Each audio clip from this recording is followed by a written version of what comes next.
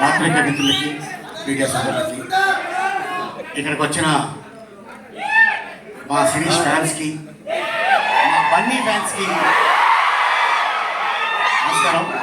వేదిక మీద ఉన్న ఇక నా తోటి కళాకారులు, అలాగే మా నిర్మాత జ్ఞానవేకాష్ గారు, ఆయన అలాగే మా ఇది బట్టి ఇది బుడ్డి,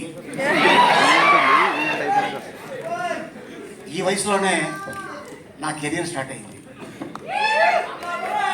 స్క్రీన్ మీద కనిపించింది ఈ వయసులోనే. నువ్వు ఫ్యూచర్లో చాలా పిక్స్లో ఉంటావు, అంటే ఆశీర్వదించాను పో. నిజంగానే బట్టి దీనికంటే కొంచెం హైట్ అంటే, కానీ డాక్టర్ బాలీనే నీకు ఇస్తా టాబ్లెట్.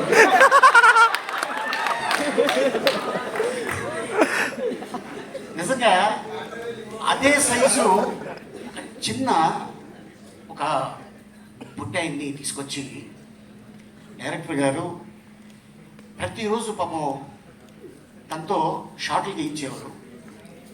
ఆయనే బాధపడేవాడు, అబ్బా చాలా ఎండ ఉంది పాపం అని. నిజంగా మేము థాయిలాండ్లో షూటింగ్ చేస్తుంటే చైనా నుంచి షూటింగ్ వెళ్ళేవాడు ఆయన.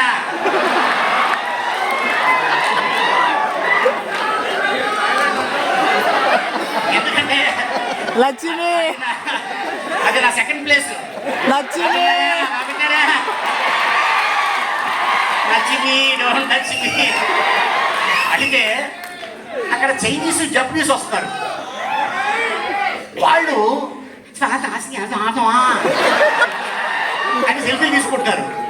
ఓహో, ఈ సినిమాకి ఇంత క్రేజ్ ఉంది అంటే దీన్ని కానీ చైనాలో కానీ జపనీస్ కానీ లాంగ్వేజ్లో డబ్బింగ్ చేస్తే అక్కడ కూడా మన స్టార్ ఉంటాడు. అండ్ అలాగే చాలా కష్టపడి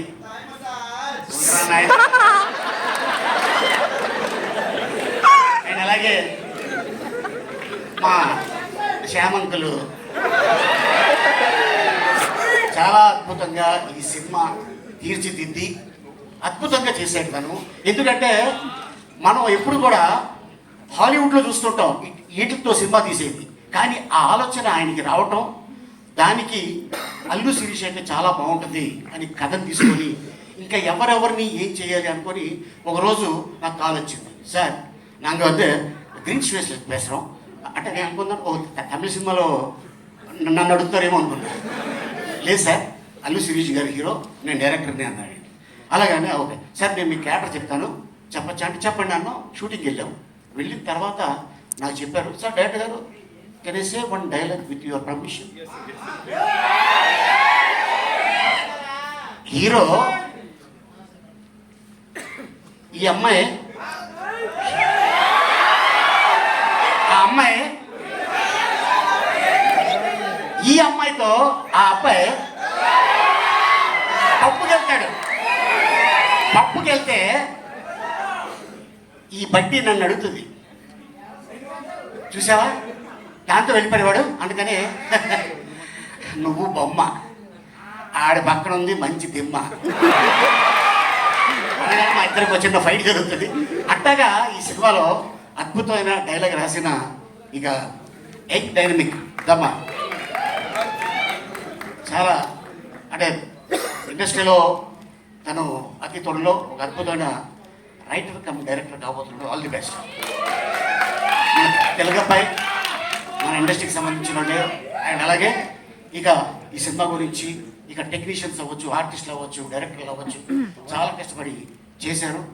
దేవుడి దయ వల్ల ఈ సినిమా పెద్ద హిట్ అయ్యి నిర్మాత గారికి అద్భుతమైన లాభాలు వచ్చి మళ్ళీ బడ్డీ పార్ట్ 2 ఏ హాంకాంగ్లోనో మళ్ళీ థాయిలాండ్ 40-50 days థాయిలాండ్ అంట. All the best sir. And ఇంత అద్భుతమైన అవకాశం ఇచ్చినందుకు థ్యాంక్ యూ సో మచ్.